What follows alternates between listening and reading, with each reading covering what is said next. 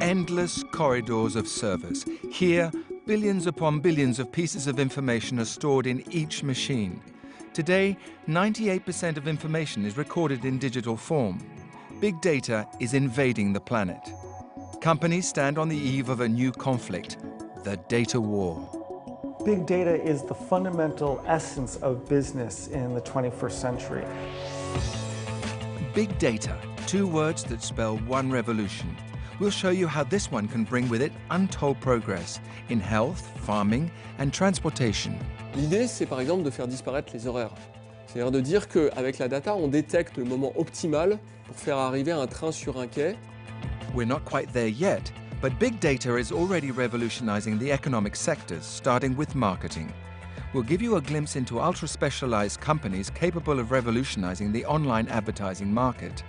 Ce que Criteo a amené au marché, c'est des probabilités de cliquer et d'acheter des produits sur des bannières publicitaires qui sont 10 fois supérieures à ce que tout le monde avait connu avant.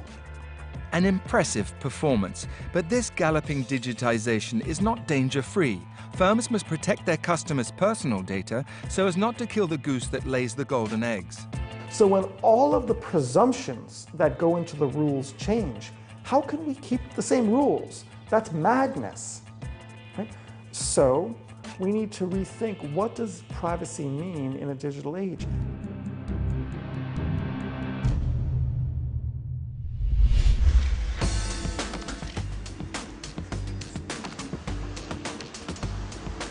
London. We have an appointment in a place of worship in the British capital, a place as prestigious as a historical monument, the headquarters of The Economist, the businessman's Bible. It was here that a journalist wrote the first reference article on big data in 2010. Today, Kenneth Cookier is the leading expert in this data revolution. His book is a worldwide bestseller. Listen to him for less than a minute and you've already understood the scale of the phenomenon. If we were to take all of the information in society today and we were to put it onto a CD-ROM, that pile of CD-ROM would go from Earth to the moon 5 times. If we think about it in 2016 or 2015, it would actually be 10 times. And then after that, it would be 20 times. It doesn't grow linearly, it grows exponentially. MIT in the 1950s created a huge computer, filled up an entire room, and it was called Whirlwind, and it had a lot of processing powers. Today, a typical iPhone has 300 million times the storage capacity as the MIT Whirlwind. Then when you think about how it can be shared, the data can be shared over fiber optical wires. It's optical, that means it's light, and so it's traveling at the speed of light. So now you can imagine that we have data that's being captured, processed, and stored and shared all at blink speed. World datafication is underway. Through the billions of pieces of digital information produced every day by our computers, our bank cards, our smartphones. Facebook shares 2 billion pieces of personal data daily. Google's search engine handles 3 billion requests per day. And that's only the tip of the iceberg. In the world today, there are already 15 billion connected objects. That is 15 billion objects in which we insert an electronic chip or captors to retrieve data.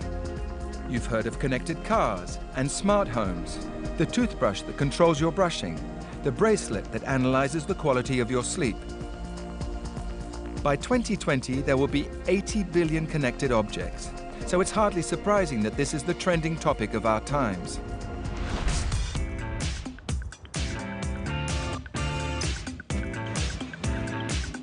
San Francisco, capital of the Internet of Things. November 2013, more than 130,000 businessmen from all over the world have flocked here to find out more about the phenomenon currently turning our lives upside down. And as in any good American show, there are stars. There's Sean Penn and the 2 inevitable cyberstars, Marisa Mayer of Yahoo and Sheryl Sandberg from Facebook. But the real showstopper is this man, Mark Benioff, CEO of Salesforce, the organizer of this sensational event. He will literally captivate his audience. Totally awesome. Let me tell you, I'm so excited, so excited. I've never been more excited to be in our industry.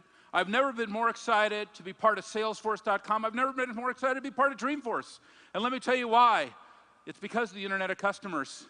You know, look, folks, you're going to hear about the Internet of Things. We've been talking about that for years. And I'm on the board of Cisco. We call it the Internet of Everything. But behind every tweet that happens on Twitter, behind every post that happens on Facebook, behind every one of our devices and wearables, ingestibles, every one of our mobile devices, behind every one of these things, don't forget, there's a customer. A deluge of data to analyze our behavior and our consumption habits. The big data revolution has only just begun.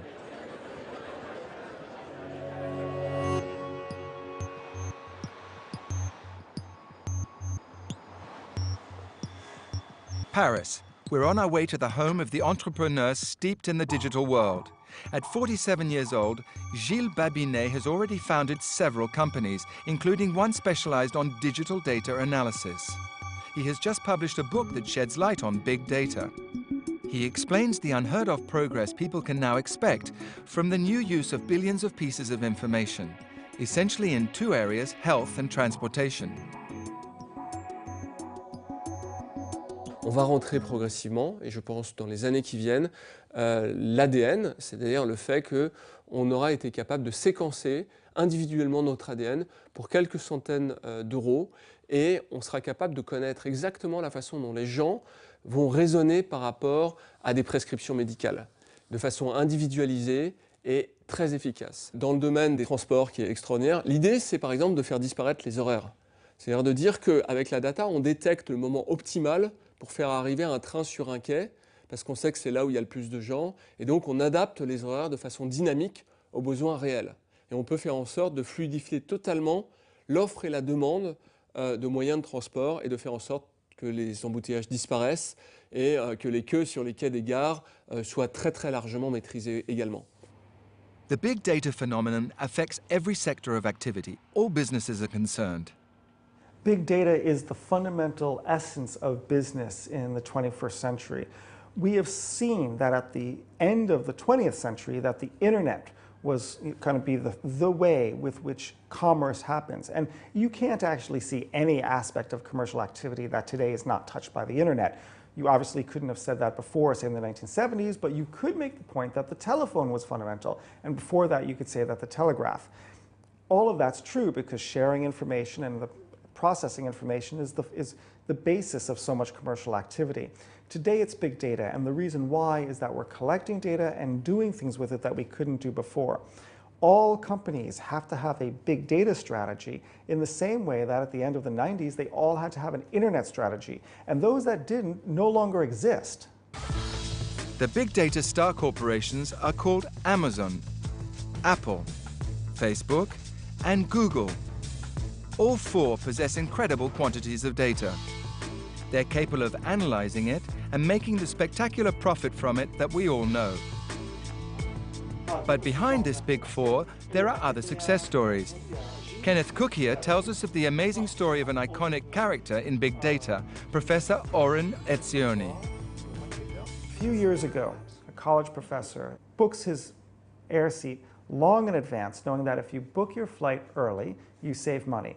The day of the departure comes, he gets into the back of the plane, he asks the person next to him how much he paid, and the person said he paid considerably less, even though he had only booked it a few days before.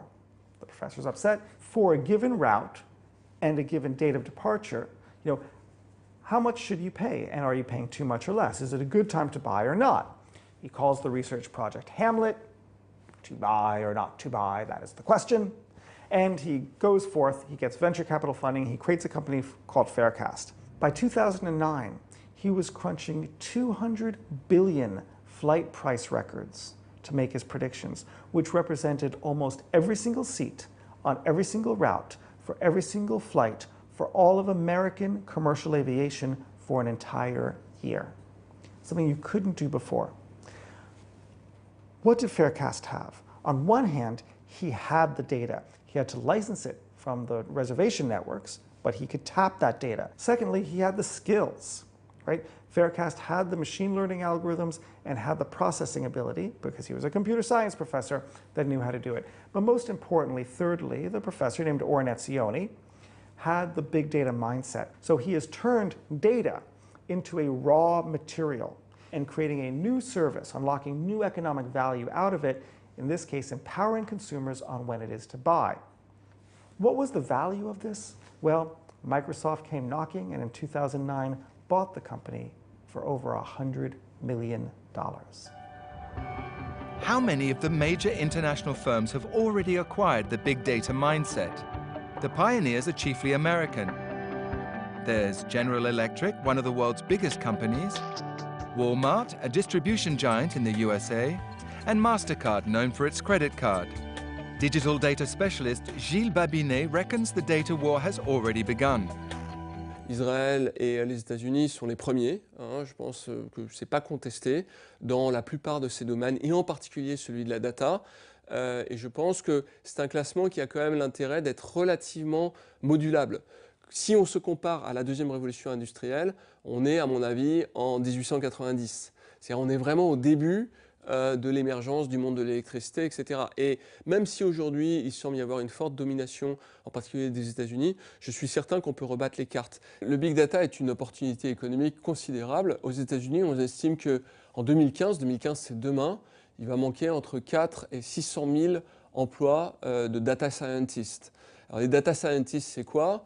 Ce sont des gens qui ont une expertise assez transversale entre les statistiques, l'algorithmie mathématique, le code et des outils de représentation qui permettent de comprendre ce qu'il y a dans les données. Donc cette formation, c'est une formation extrêmement nouvelle.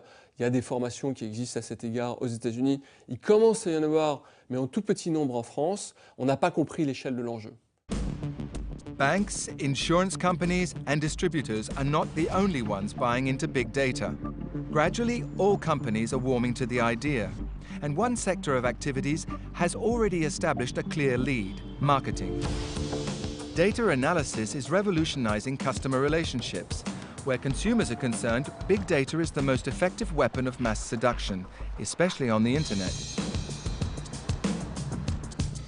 In 2010, Mats Carduna stepped down as boss of the behemoth Google France.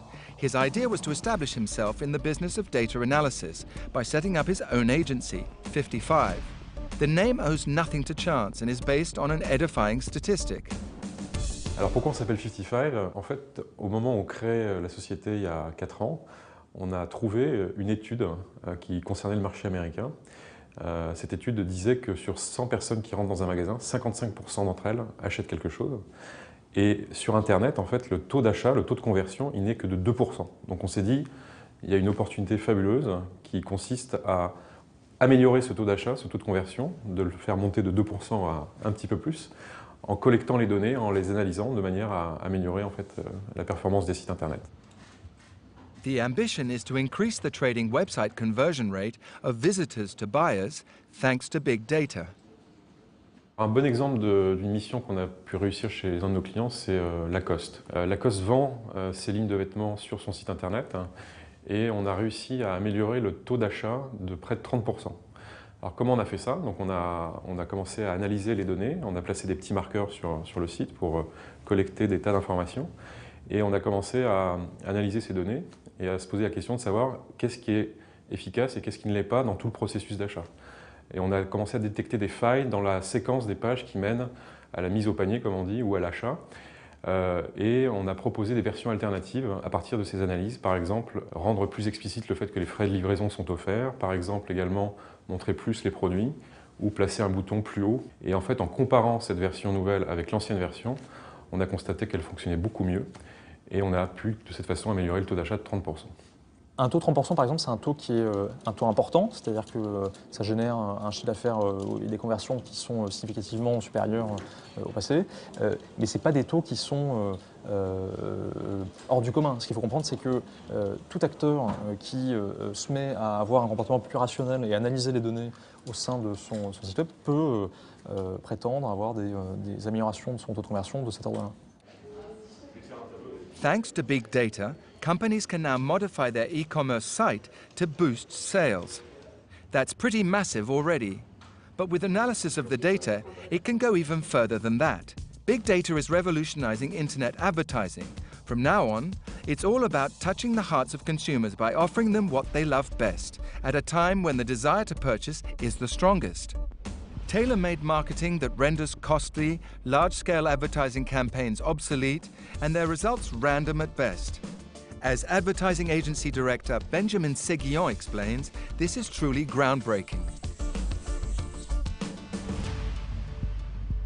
Nous, on avait une vraie problématique de chute des performances des publicités qu'on servait auprès des internautes à cause de ces publicités où on arrosait extrêmement large. On avait des performances qui baissaient année après année, donc il fallait qu'on achète de moins en moins cher, qu'on en serve de plus en plus. Donc on était un petit peu en train de scier la branche sur laquelle on était assis. Vous savez, l'objectif de mes clients, les deux objectifs principaux de mes clients, c'est que chaque euro investi soit utile, ne pas jeter l'argent par les fenêtres et de ne pas abîmer leur marque. C'est-à-dire de ne pas agacer les consommateurs. Aucune marque n'a envie d'agacer les consommateurs. Donc le big data permet de répondre à ces deux objectifs. Moins de déperdition, plus de pertinence, donc moins de rejet de la publicité, vu que je ne vais être sollicité que par des produits qui m'intéressent. Et donc amélioration des performances, ce qui veut dire que justement chaque euro investi est utile. Paris, the 9th arrondissement. We have an appointment with the global star of the web banner. Criteo, or a wonderful success story à la française. Between 2007 and 2012, the growth in turnover exceeded 200,000%. It seems impossible, and yet it's true. Hardly surprising that with such a dizzying figure, Criteo's US consecration happened on October 30, 2013. The company made its first forays on the Nasdaq, the technology-led New York stock market. C'est parti pour Criteo.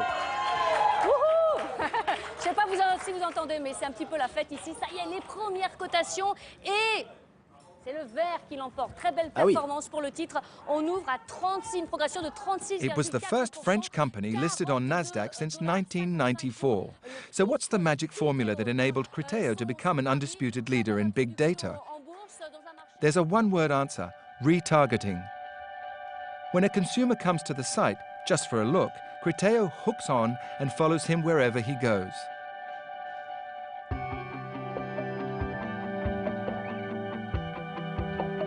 On travaille avec les grands e-commerçants sur des utilisateurs qui sont venus sur leur site, qui sont partis de ce site sans avoir acheté.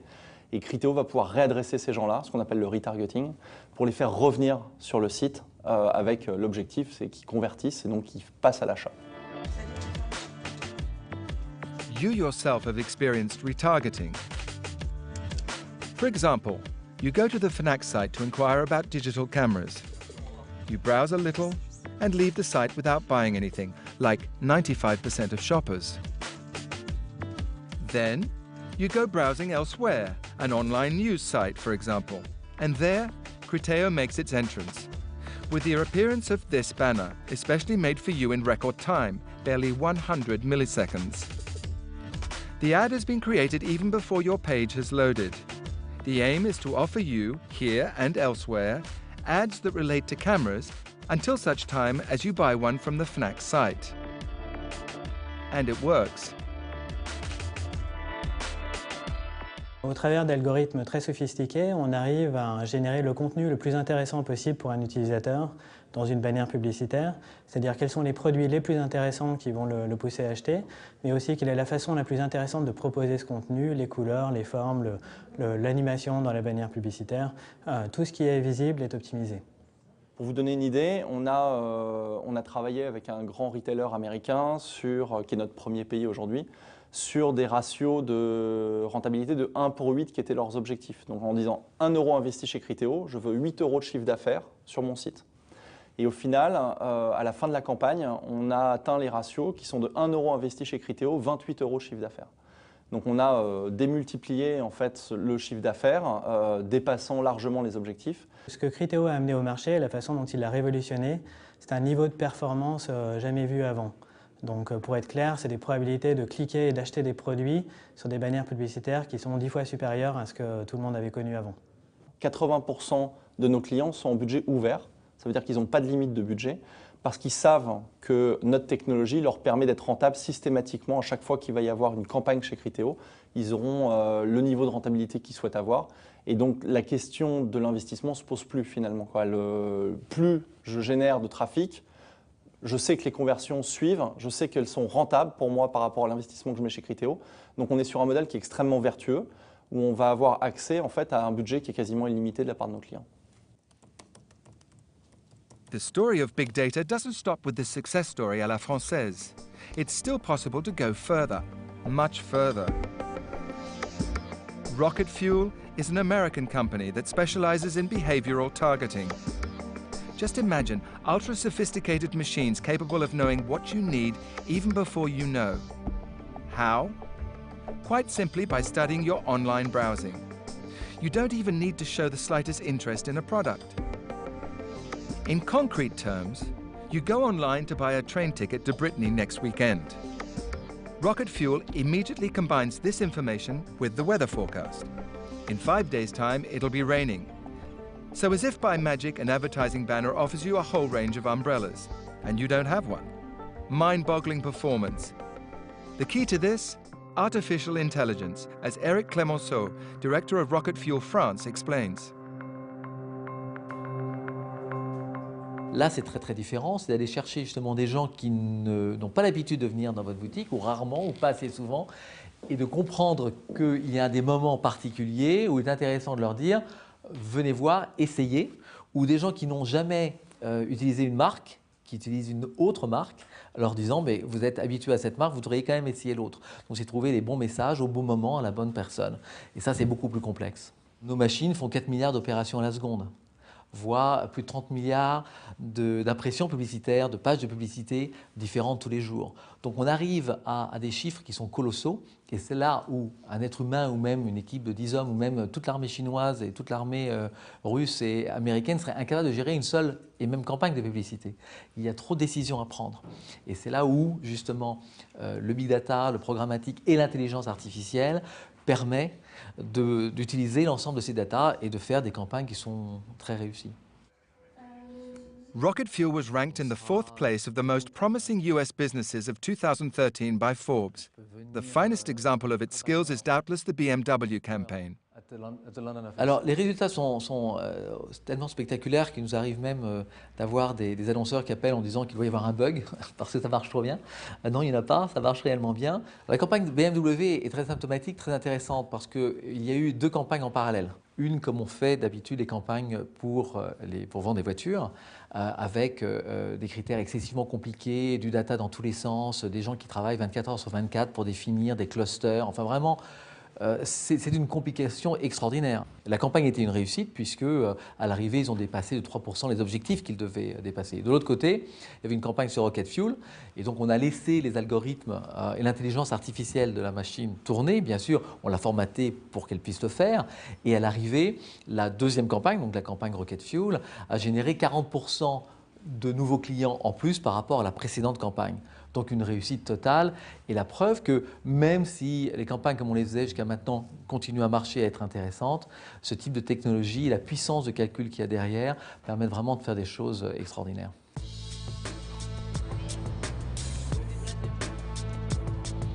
Big data, big business, the logic is inescapable. So where does the uneasiness we feel come from when we tackle the issue of big data? Heads, data are fascinating. Tails, data are scary. We contacted companies working on big data, but they prefer to keep a low profile. In the minds of the populace, Big Brother isn't far away. Are they right or wrong? For most classes of issue, anonymized data is absolutely fine. And the consequences of de-anonymizing the data is really low. If you have every single American and their web surfing behavior, and you have it anonymously, and then you're doing that for having a targeted ad, the consequences are really low, right? It's not like we are doing great financial or bodily harm to people from this. However, there's greater stakes involved. There's very serious ways in which the data can actually violate human livelihoods, right? And we're now going to have to confront that debate with the revelations of Edward Snowden and the National Security Agency. So there is potentially a dark side to big data, the threat of data dictatorship, especially since today there are practically no rules in place to protect our private lives properly. Aujourd'hui, oui, c'est le Far West, mais c'est un Far West où on a de tout petits pistolets.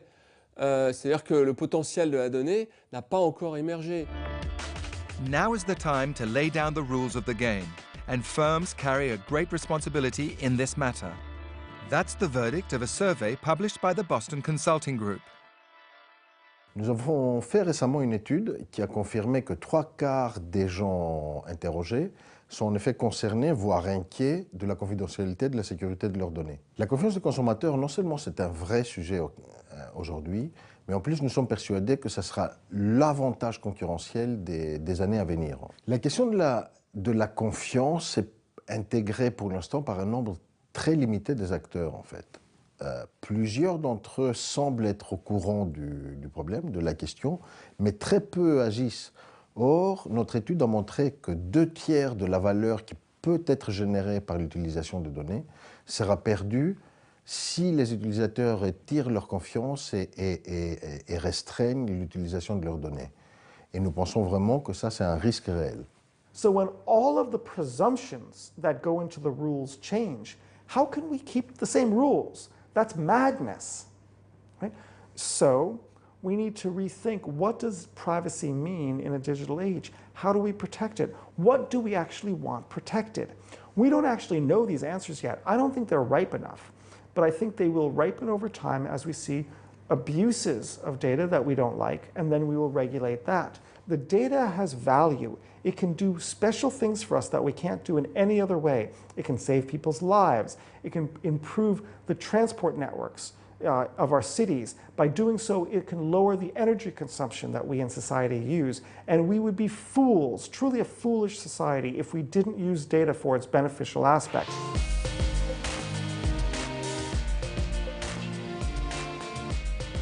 The world of big data is expected to change everything. Massive quantities of data form part of the solution to major global problems. Nothing can stop big data, obviously. This is so true that recently, Time headlined with the provocative poser, "Can Google solve death?" It's all down to genetics, computers, and big data, as if nothing were impossible anymore.